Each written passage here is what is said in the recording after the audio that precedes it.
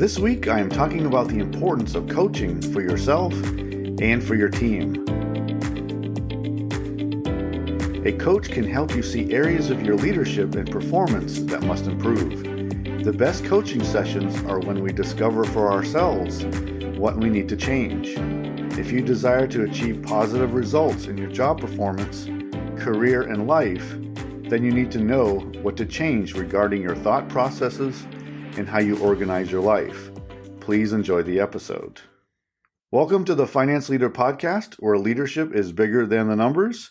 I am your host, Stephen McLean. This is the podcast for developing leaders in finance and accounting. This is episode number 48, and I'll be talking about coaching and will highlight the following topics.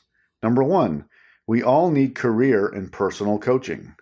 Number 2, the right questions lead to better personal discovery. Number 3, achieve results for your career and life. And 4, you can become a great coach for your team. Legendary basketball coach Pat Summitt said, "Most people get excited about games, but I've got to be excited about practice because that's my classroom." Now, before I begin today's topic, I want to tell you about something I heard on the radio this morning before recording this episode. I'm a sports fan, and I often watch SportsCenter on ESPN or listen to ESPN radio. So this morning on ESPN radio, I was listening to the Keyshawn, J. Will, and Zubin show. Keyshawn Johnson was a professional football player and first-round draft pick from USC who played for several National Football League teams. Well, this morning, Keyshawn said something that stirred up a lot of comments and thoughts from his colleagues and callers. There was a discussion around jersey numbers. He said that certain numbers on your jersey make you look a certain way. Not the number itself, but how the number looks. Now, this all started because the NFL came up with a new rule for next season to allow certain position players to use the numbers 1 through 9, which is normally used for quarterbacks, kickers, and punters. So it stirred up a lot around the fans and players and everybody else who really like football, who would participate in football. Now, I've never heard anyone in sports say this before about a number on your jersey looking a certain way. Keyshawn said that the younger people like players with more lower numbers, like 1 or 2 or 7. His number in college was 3. But in the NFL, and Keyshawn was a wide receiver, so wide receivers are limited to having numbers in the 80s or between 10 and 19. And he took 19. He couldn't see himself having a number in the 80s because it wasn't his look. And he revealed how he viewed other players by their numbers, which got me thinking about bias. I have talked about bias, and it comes in many forms. Now, Keyshawn was judging players by their numbers and how they looked with them. So what else do we get judged by in the workplace that we don't realize? Now, people are often judged, or there is bias based on the big categories like gender and sex, race, orientation, rich versus poor, and other categories like where we went to school, how we dress, hairstyle, what car we drive. Now, Keyshawn's admission tells us that you never know how bias is being used against you. And ultimately, who really cares about jersey numbers? Is there really something that can be hurtful about judging someone, an athlete, based on the number that they have? Probably not. But we're talking about the workplace, and we're talking about you and me and everyone else and the people that we lead in the workplace. And there's bias. We have to deal with it all the time. Now, there are other things that could be used against you. For example, the coffee mug that you are using, how you tilt your head, how you hold your hands, and many other ways. And this is why I ask you as leaders to check your bias. We should only be placing any judgment on people only in areas like the content of one's character, our work ethic, level of motivation, our productivity, the quality of our work. This morning was another reminder for me about ensuring that we understand any bias we have so we don't misapply it to people. So ultimately, we are fair in every action that we take. Unconscious bias is very real. And now we can move on to the main topic of the episode today. Again, this season of the podcast is about leading your team and setting your team up for success. I talked about things like filling the spots on your team, to what values are important, and how we communicate how we want our team to perform and act every day. Becoming a leader is investing in ourselves so we know how to invest in our team to make them better with every action and every task we complete as a team. A couple weeks ago, in episode 45, that was about recruiting and hiring new team members. In episode 46, I talked about team culture, which influences how the team performs together and how everyone respects each other.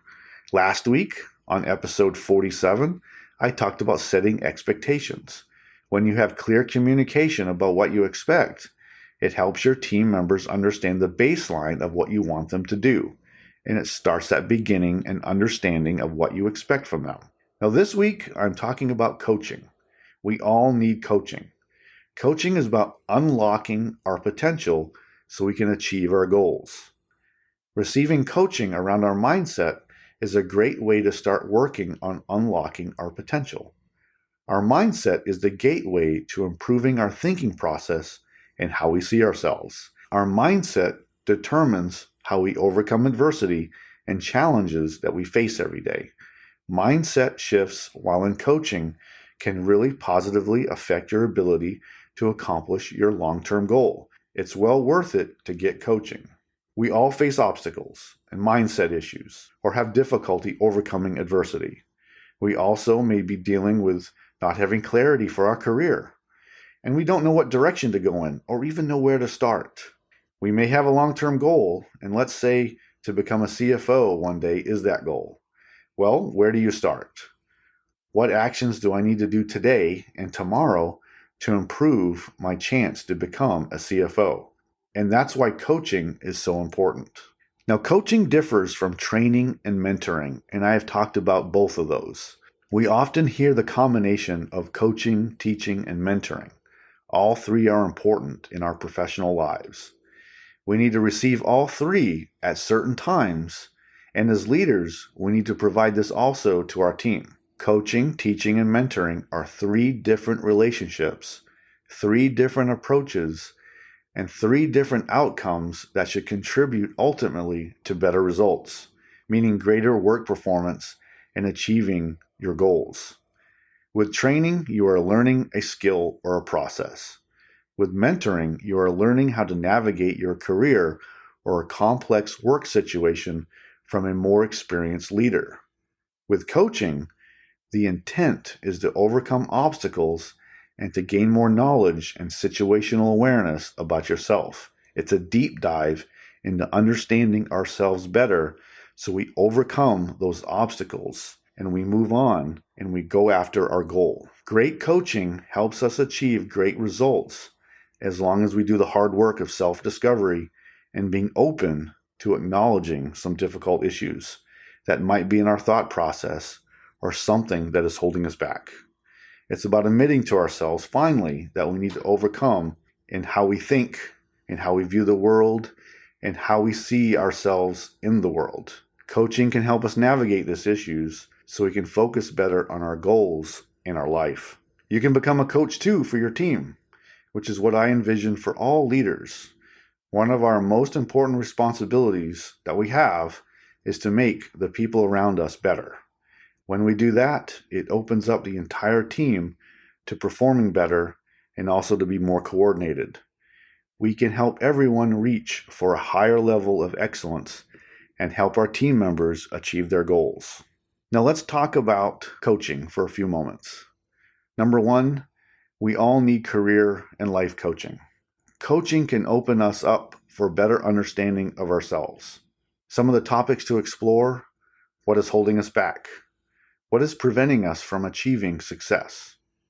And really anything that is related to our mindset. When we understand ourselves, we can start to eliminate bad habits, bad processes, and negative ways on how we view ourselves. We can begin to overcome thoughts and habits that may be holding us back. Coaching can literally help anyone succeed if they are willing to do the hard work to explore their thinking and habits at a deeper level. Is what you are doing contributing to your goal achievement and the daily pursuit of excellence, or are you stumbling every day? That's why we all need career and life coaching. We can focus on our career, and we can also focus on various aspects of our life to improve. Number 2, the right questions lead to better personal discovery. The right questions force us to explore ourselves, our thinking, overcoming adversity, our goal setting, our skills, and many others. These questions should not be binary, like yes or no questions, or questions that require one-word answers. The questions should force us to deep dive how we think about tough subjects, such as how do you feel, and what is your process when you receive a complex task that has a very close due date for completion. Another would be how to describe how organized you are. What tools do you use to stay organized? And how are your processes helping you to stay focused on your goals? And then with those questions and those answers, you follow up with deeper questions. As a coach, you want to focus on that answer, and then whatever comes up as the stumbling block or the obstacle, focus on that and have the person you're coaching, or you're the one being coached, to really talk about deeper about what that obstacle means to you, why is it stopping you, and to come up with a solution on their own as they're talking it through, so that they can overcome it, so that they own it, so they own that process, and they own that solution and apply it to themselves. They're doing a self-discovery around these questions that force them to look at things that are troubling them or stopping them. Number 3, achieve results for your career and life. The point of the right questions is to point you in the direction so you can achieve results. Effective coaching requires deep thinking, introspective questions that require us to address critical internal issues or processes we are using so we become more organized in our thinking and in the application of effective tools, which then leads to better results over time. That's the goal. An invested coach will stir you up to ask tough questions so you can more easily see your own solution through your words, and as you become more self-aware, you can apply these insights to change your thinking, changing your mindset, and then improve your results not only in your career, but also in your life. Number 4, you can become a great coach for your team. Are your team members coachable? That's the first question to ask. We talked a few weeks ago about recruiting and hiring of new team members in episode 45, and this should be an area that you should try to notice. Do your people accept coaching, or are they stubborn about their ways of doing things? I recommend that you work to become a great coach to your team members. You can ask the right questions during one-on-ones and during team meetings. And when you talk about improving performance, think about framing the questions so that it takes more than a few words to answer. So for an easy win today, what I would like for you to do is to find a really good career or life coach who can help you with obstacles or adversity that you may be facing, and also to perform a review of your goals. If you participate in coaching and you can communicate that to your team, it helps to show your team members to be more open to coaching. Additionally, you should be able to easily adopt these same coaching experiences and skills so you can coach your team members to improve their performance. I have a free guide for you. It's called the Leadership Growth Blueprint for Finance and Accounting Managers.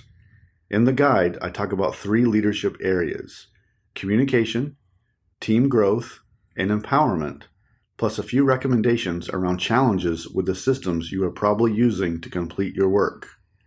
The link to the guide is in the episode description, or you can go to stephenmclean.com. Please use it to help you with a few leadership wins today. Thank you. This episode is sponsored by my course through Finance Leader Academy. It's called Advance Your Finance and Accounting Career, Developing a Promotion Strategy that will set you apart. To advance your career, you must set yourself apart from your peers. Finance and accounting professionals are already expected to be technically competent.